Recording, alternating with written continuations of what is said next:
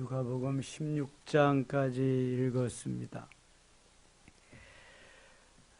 예수님은 가르치고 전파하고 치유하시는 일에 모든 것을 다 이렇게 바치십니다. 식사할 겨를도 없이 바쁘시게 일하십니다. 14장에 보면 수종병 든 사람을 고쳐주시고요. 안식일에 주인이심을 또 말씀합니다. 또 큰 잔치를 벌여놓고 초청하는 그러한 모습이 있습니다. 예수님은 누구든지 와라, 돌아와라, 내가 너희에게 다 주리라. 예. 그럼에도 사람들은 오지 않는다는 것입니다. 그리고 특별히 초청을 해도 이런저런 이유를 대고 주님께 오지 않는다는 것입니다.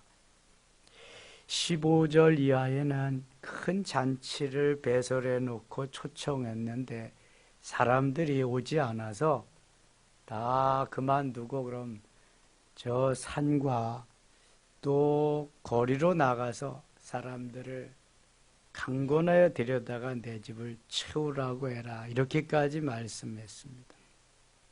어떤 사람은 밭을 사서 나는 못 갑니다. 어떤 사람은 소를 사서 못 갑니다. 어떤 사람은 장가 들어서 못 갑니다. 핑계가 많다는 거지요. 우리들도 전도하러 나가다 보면 오겠습니다, 가겠습니다, 고맙습니다 하는 사람보다는 이 핑계 저 핑계를 대는 사람이 더 많지요. 야유하는 사람도 있고요. 모두가 다 하나님의 택한 사람은 아닙니다. 사도행전 13장 48절에 보면 영생을 주시기로 작정된 자는 다 믿더라 그랬습니다. 하나님이 영생을 주시기로 작정된 자가 있습니다. 그 사람을 만나러 가는 거죠. 주인이 너무 실망해서 23절 보세요. 주인이 종에게 이르되 길과 산 울타리 가로 나가서 사람을 강권하여 데려다가 내 집을 채워라. 이 강권한다는 말은 손을 비틀어서라도 억지로라도 데려다가 내 집을 채워라 그런 거예요. 영생을 주시기로 작정된 자는 억지로라도 데려다가 놓으면 하나님의 사람이 되는 거예요. 그런 사람을 억지로 데려와도 하나님이 함께 하시고 하나님의 사람으로 만들어 주십니다. 그러나 그렇지 않은 사람은 온갖 가지 좋은 것을 다 제시해도 오지 않습니다. 택함 받지 못한 사람이기 때문이죠. 그래서 제자가 되는 길은 이런 길임을 가르쳐 주는데요. 14장 25절 한번 보세요. 14장 25절. 수많은 무리가 함께 갈새 예수께서 돌이키사 이르시되 26절 27절 같이 읽어요. 물은 내게 오는 자가 자기 부모와 처자와 형제와 자매와 더욱이 자기 목숨까지 미워하지 아니하면 능히 내 제자가 되지 못하고 누구든지 자기 십자가를 지고 나를 따르지 않는 자는 능히 내 제자가 되지 못하리라. 아멘. 주님을 따르며 주님의 제자가 되는 조건을 말씀하는데 아주 엄격합니다. 대충 말씀하시지 않습니다. 무릇 내게 오는 자가 주님의 제자가 되려고 주님을 따르는 자는 자기 부모와 처자와 형제와 자매와 더욱이 자기 목숨까지 미워하지 아니하면 능히 내 제자가 되지 못하리라. 어떻게 보면은 예수님은 너무 하신 것 같아요. 부모도 처자도 그 다음에 자기의 형제도 아무도 다 지쳐놓고 내려놓고 나를 따라야 된다. 마치 아브라함과 같이 모든 것을 다 내려놓고 믿음으로 반응하는 순종하는 사람을 주님은 원하신다는 거예요. 너는 너의 아비 집을 떠나 내가 지시할 땅으로 가라 그러잖아요. 아브라함에게. 아브라함은 하나님 말씀을 그대로 듣고 순종하잖아요. 예수님의 제자들 중에 제일 먼저 부름받은 베드로와 안드레, 고기 잡는 현장에서 예수님이 부르니까 배와 금을 다 버리고 예수님을 따랐습니다. 그 다음에 그 옆에서 금을 깁는 것을 보던 야고보와 요한, 아버지와 함께하고 있었는데 아버지도 배도 그물도 다 버리고 예수님을 쫓았습니다. 이렇게 하라는 거예요. 이게 예수님의 제자가 될 자격이 있다. 예수님보다 더 사랑하는 것이 있으면 제자 될 자격이 부족하다는 게 없다는 거예요. 그러면 주님은 부모도 형제 자매도 처자도 다 몰라라 하고 그렇게 하라는 거냐? 전혀 그렇지 않아요. 예수님보다 더 사랑하는 것이 있으면 안 된다는 거지. 예수님이 왜 가정을, 왜 부모 형제를, 왜 처자식을 다 버리라 그러겠어요? 그런 분이 아니에요.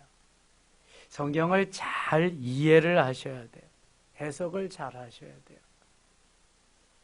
너희들이 나보다 더 사랑하는 게 많은데 어떻게 나를 따르면서 생명을 다 주고 주님을 섬기겠다고 해요. 그건 말뿐이지 그건 아니다.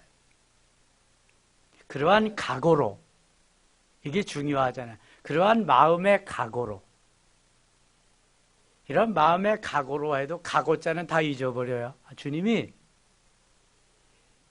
부모와 자식과 처자와 형제, 전터 다 버리고 따르라 그래서 내가 그걸 왜 따라? 이렇게 시험 드는 사람들이 있다는 거예요. 그렇게 시험 들면 안 돼. 그럼 전혀 주님을 따를 수가 없어요.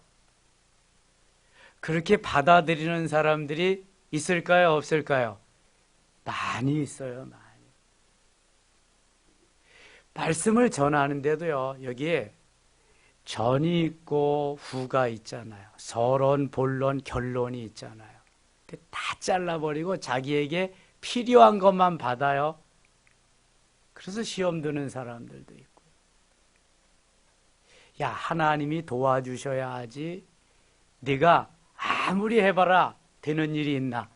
그러면 하나님이 도와주셔야지는 다 빼버리고 내가 아무리 해봐라 되는 일이 있나? 그것만 가지고 또 시험 드는 사람이. 저는 그런 사람 봤습니다.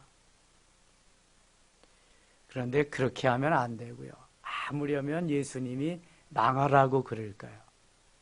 아무려면 강단에서 목사님이 망하라고 그럴까요? 절대 그럴 리가 없어요. 그래서 예수님은 들을 귀 있는 자는 들으라고 말씀하시는 거예요. 씨앗은 항상 좋되 너희 마음의 밭이 문제라고 하시는, 이런 각오를 가지고 주님을 따르지 아니하면 나는 부모님 때문에, 나는 처자식 때문에, 나는 형제 자매 때문에 언제라도 주님을 배반할 수 있어요. 그냥 미연에 주님이 그런 거 있으면 오지 마라. 그리고 이런 각오를 가지고 나를 따라라 이렇게 말씀하시는. 예수님을 따르는 자는 각오가 있어야 돼. 결단이 있어야 된단 말이죠. 그래서 계속해서 그런 말씀 하시는 거예요. 30절 가겠습니다. 33절. 33. 이같이 너희 중에 누구든지 자기의 모든 소유를 버리지 아니하면 능히 내 제자가 되지 못하리. 또 반복해서 말씀합니다. 누구든지 자기의 모든 소유를 버리지 하면 내 제자가 될 수 없다. 다 버리고 그럼 아무것도 없이 빈털터리로 예수님을 따르라는 거예요. 이러한 각오로 예수님보다 더 사랑하는 것이 없는 이러한 결단으로 예수님을 따르라는 거예요. 그렇지 아니하면 그것 때문에 세상에 나보다 더 좋아하는 것 때문에 너희들이 언제라도 나를 배반할 수 있다. 그런 가르침이에요, 지금요. 34절 보세요. 소금이 좋은 것이나 소금도 만일 그 맛을 잃으면 무엇으로 짜게 하리요? 소금은 소금의 그 맛이 있어요. 맛을 잃으면 아무것도 못해요. 소금은 걸음도 못하고요, 길거리에 뿌려져서 밟힐 뿐이에요. 예수님의 제자는 예수님을 가장 사랑하고 예수님보다 더 사랑하는 것이 없어요. 그때 예수님의 제자로서의 삶을, 그리스도인다운 그리스도인의 삶을 살 수 있는 거예요. 내가 예수님의 제자입니다. 내가 예수 믿네 하면서도 예수님보다 더 사랑하는 게 있으면은 언제라도 배반할 수 있다는 거예요. 등을 돌릴 수 있다는. 오순절 사건 이전에 예수님을 따르는 사람들이 다 그 모양이었어요. 베드로는 큰 소리 쳤어요. 맹세하고 저주까지 했어요. 베드로는 그러나 주님을 배반하고 말았습니다. 예수님의 이 말씀을 그냥 한 귀로 듣고 한 귀로 흘린 거예요. 만일 예수님을 정말 사랑했다면, 내 목숨보다 더 사랑하고 처자식보다 더 사랑하고 부모 형제보다 더 사랑했다면 고난의 현장에 생명을 드리고 가야 돼요. 예수님, 제가 십자가 지겠습니다. 제가 대신 채찍에 맞겠습니다. 이래야 되는 거예요.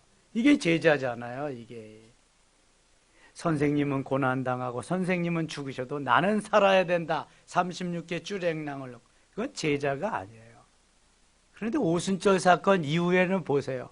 누가 도망가는 사람이 있나?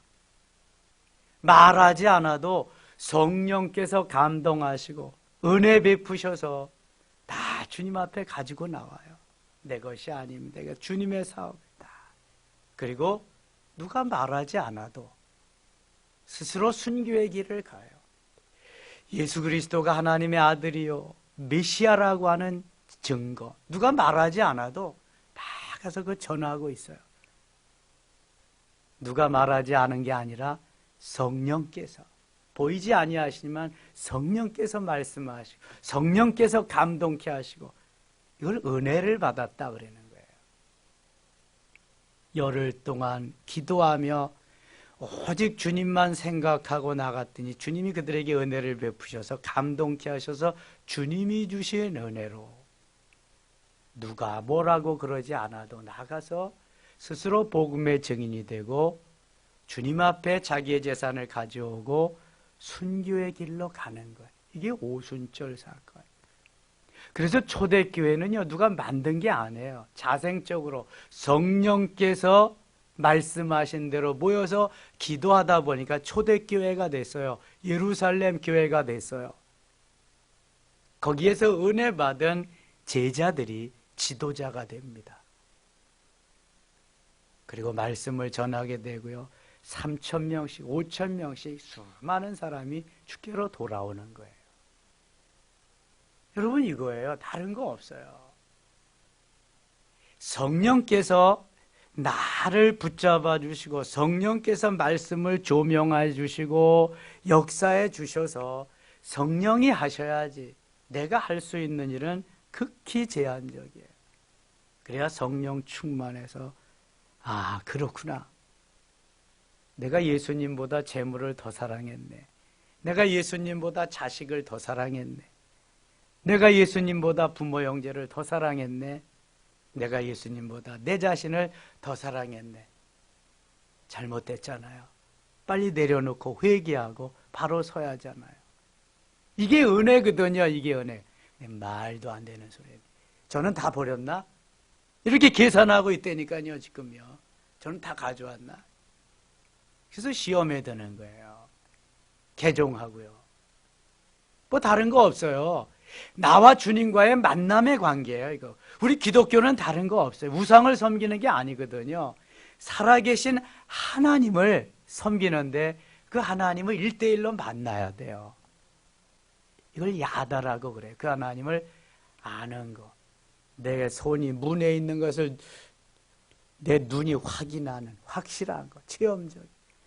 주님을 체험적으로 만나기만 하면은요, 시험에 들 이유가 없어요. 이 사람이 말한 게 주님이 말씀하신 건데, 내 모든 것이 다 주님께 속해 있고 내가 주님의 것인데, 그게 무슨, 절반을 드릴 각오를 해라. 절반 아니야, 다도 드리지. 근데 절반을 드리라 그랬다고 시험에 들고, 이건 신앙이냐 아니야, 믿음이야.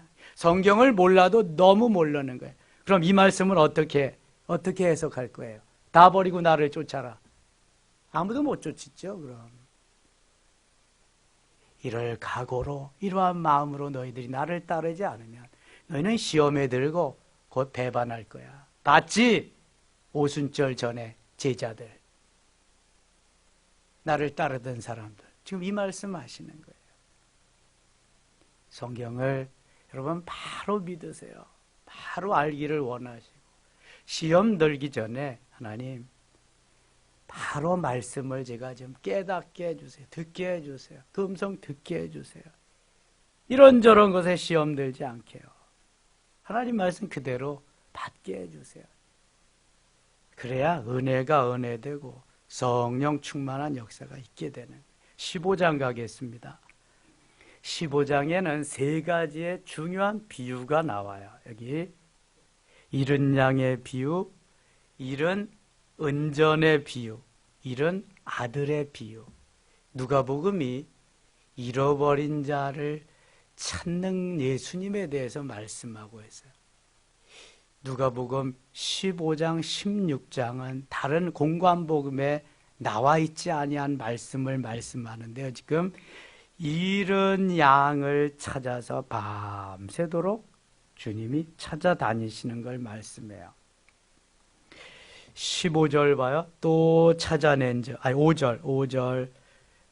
또 찾아낸 적 즐거워 어깨에 메고 집에 와서 그 벗과 이웃을 불러 모으고 말하되 나와 함께 즐기자. 나의 잃은 양을 찾아내었노라 하리라. 내가 너희에게 이르노니 이와 같이 죄인 한 사람이 회개하면 하늘에서는 회개할 것 없는 의인 99으로 말미암아 기뻐하는 것보다 더하리라. 99마리는 우리에 있는데 한 마리 양을 잃어버려서 밤새도록 그 양을 찾아 나서시는 예수님. 그 다음에는 이런 은전을 비유로 말씀해. 드라크마. 어떤 여자가 10 드라크마가 있는데 이 드라크마는 데나리온과 같은 화폐의 단위예요.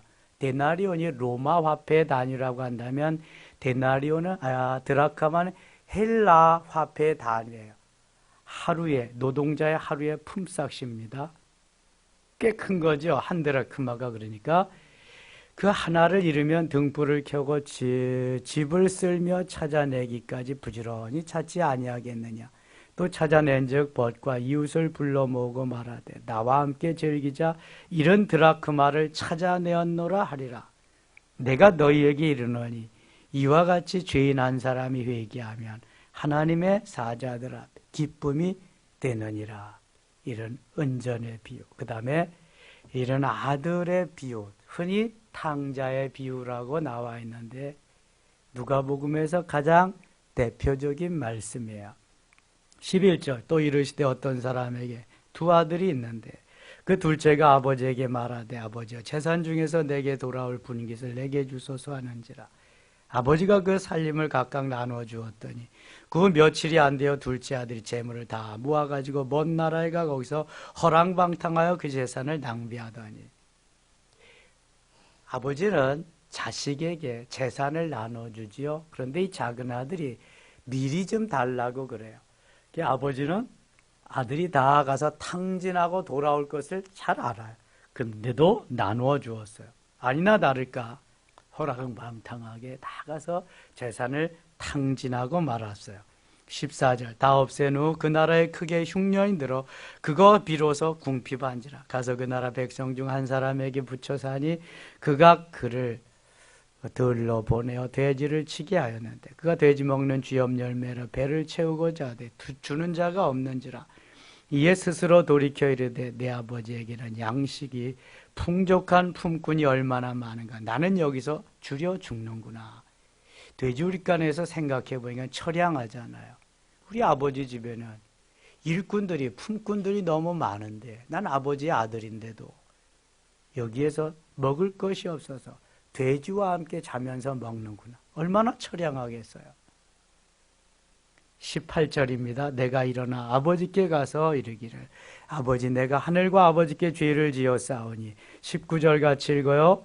지금부터는 아버지의 아들이라 일컬음을 감당하지 못하겠나이다. 나를 품꾼의 하나로 보소서 하리라 하고 이제는 내가 이렇게 죄를 짓고 허랑방탕하게 다 재산을 날렸으니 아버지의 아들이라 하지 말고 날 품꾼의 하나로 좀 써주세요. 그럼 내가 아버지를 위해서 충성을 다하는 아들이 되겠습니다. 이런 마음으로 회개를 합니다. 20절 보세요. 이에 일어나서 아버지께로 돌아가니라. 같이 읽어요. 아직도 거리가 먼데 아버지가 그를 보고 측은히 여겨 달려가 목을 안고 입을 맞추니 아버지는 이 아들이 금방 다 허랑방탕하게 탕진하고 돌아올 것을 다 알아요. 그리고도 아들의 마음을 맞춰주기 위해서 다 재산을 주었습니다. 그리고는 오늘일까 내일일까 그날이 언제일까 매일같이 아들이 돌아오기를 기다려요. 이게 아버지의 마음이에요. 이게 내리사랑이라는 거예요. 아버지는 재산을 다 잃어도 괜찮아요. 다만 건강하게 아들이 돌아오기만을 기다리는 거예요. 오늘도 우리 주님은 그저 돌아오기만을 기다리는 거죠. 죄를 지었건 재산을 탕진했건 상관이 없어요. 제가 벌써 말씀드렸어요. 마태복음 1장은 왜 이렇게 흠이 있는 여인들이 예수님의 조상으로 여인들은 카운트 대상에도 없을 때 그렇게 놓으셨나.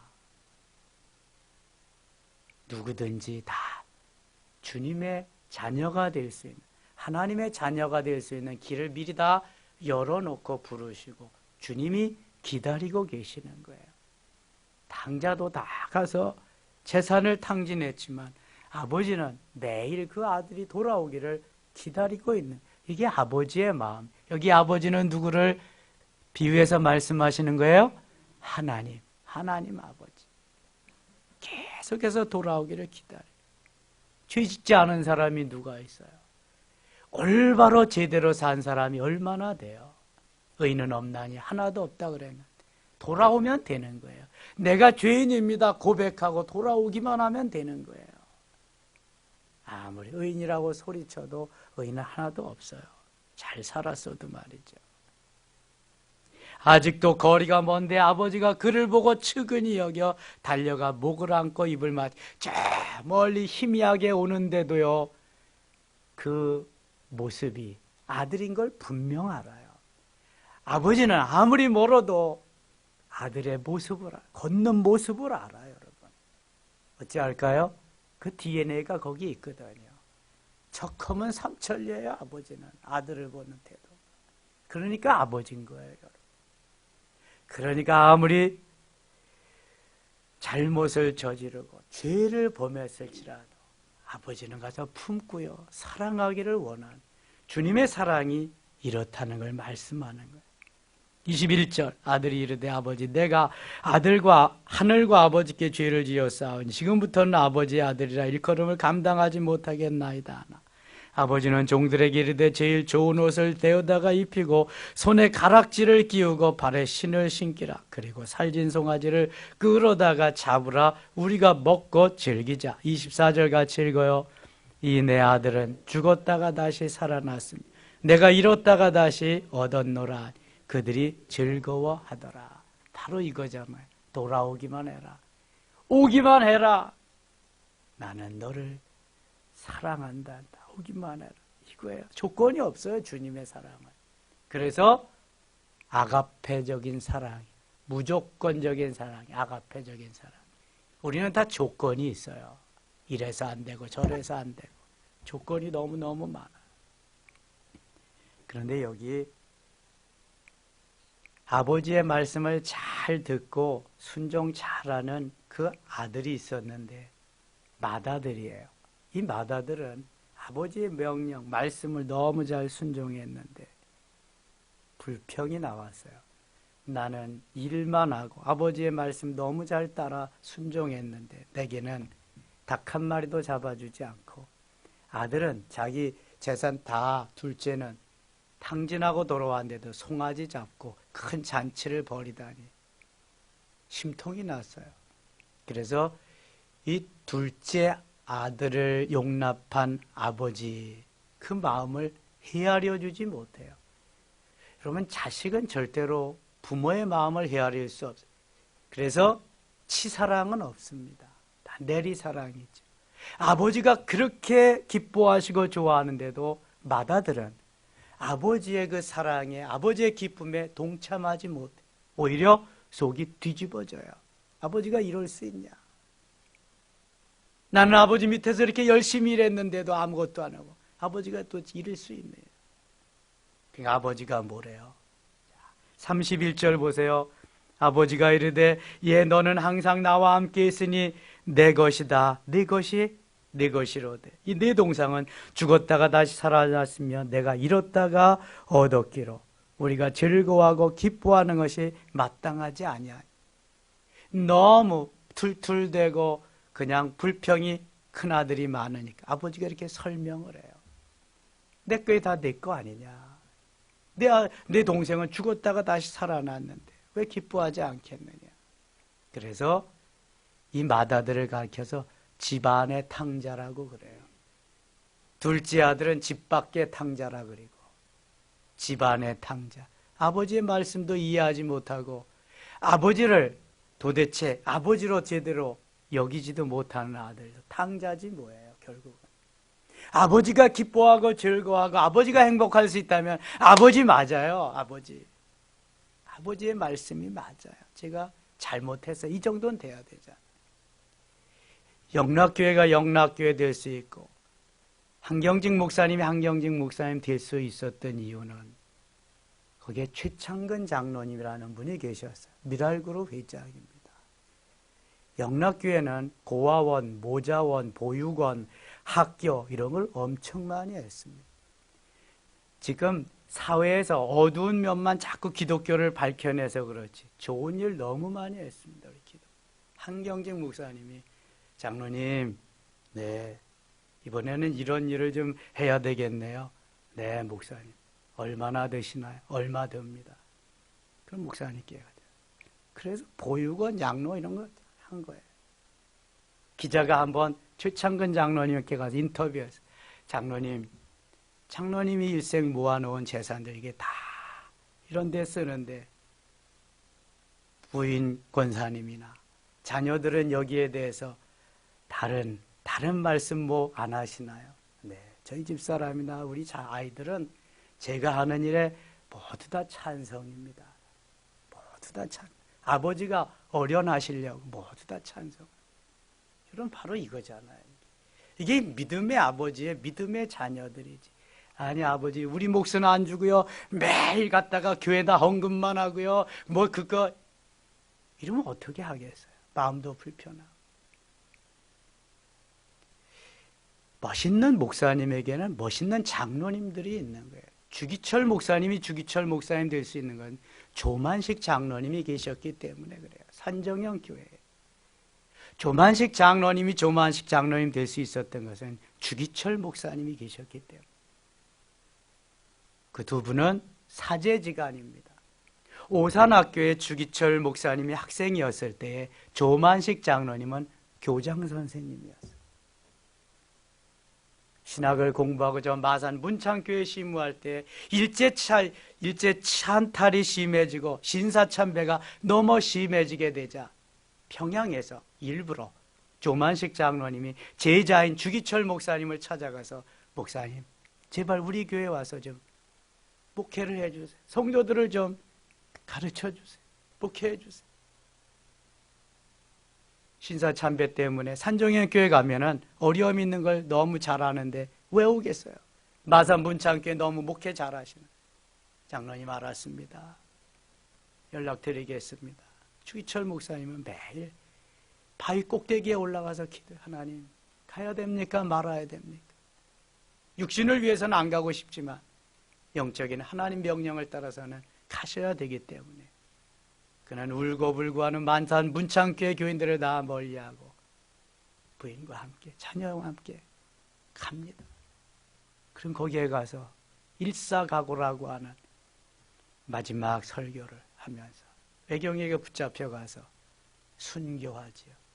산정형 교회는 일제 치안탈에 못을 박아놓고 다 예배도 못 드리게 하고 성도들이 주기철 목사님을 필두로 조만식 장로님을 다음으로 해서 모두 다 순교하게 됩니다. 그 목사님의 그 장로님이죠. 그 장로님의 그 목사님. 오늘도 주님은요, 살아 역사하십니다. 멋있는 분.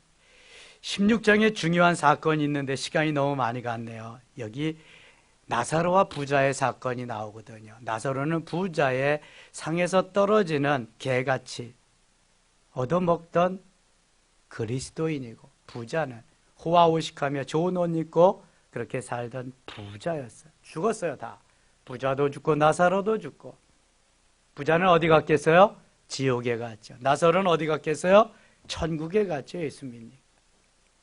부자가 지옥에서 보니까 저 천국의 아브라함의 품에 나사로가 안겨. 나사로요, 나에게 물 한 모금만 좀 전해달라.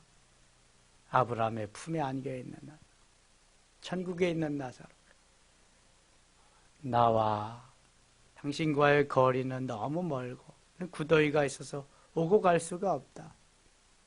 그랬더니 그럼 고향에 가면, 근데 5 형제가 있는데 나같이 이렇게 지옥에 오지 않게 해달라고 좀 전해달래. 거기도 선지자가 있으니까, 말씀 전하는 사람이 있으니까 좀 그거 믿고 천국에 가면 된다고 그렇게 합니다. 여러분, 아무리 이 세상에서 부자로 떵떵거리며 잘 먹고 잘 살면 뭐예요? 끝나면 영혼과 육체가 분리되면 죽으면 어디 가요? 지옥에 가는 거예요. 지옥에. 그러나 아무리 가난하게 살아도 나사로와 같이 예수 믿으면 천국에 가서 영원히 누리는, 육신은 잠깐이야, 영혼은 영원하고. 그래서 예수님 믿고 저 천국을 소유한 우리들은 그러한 자부심 속에서 오늘도 겸손하게 달려가야 할 줄 믿습니다. 영생을 주시기로 작정된 자들, 그분들을 위해 기도하면서 주께로 인도하는 오늘도 귀한 승리의 하루 될 수 있기를 축원합니다. 아버지 하나님, 고맙습니다. 감사합니다. 부르셨사오니 이제는 결단하게 하시며 이제는 주를 따르는데 부족함이 없도록 주여 도우시고 인도해 주옵소서. 예수님의 이름으로 기도드리옵나이다. 아멘.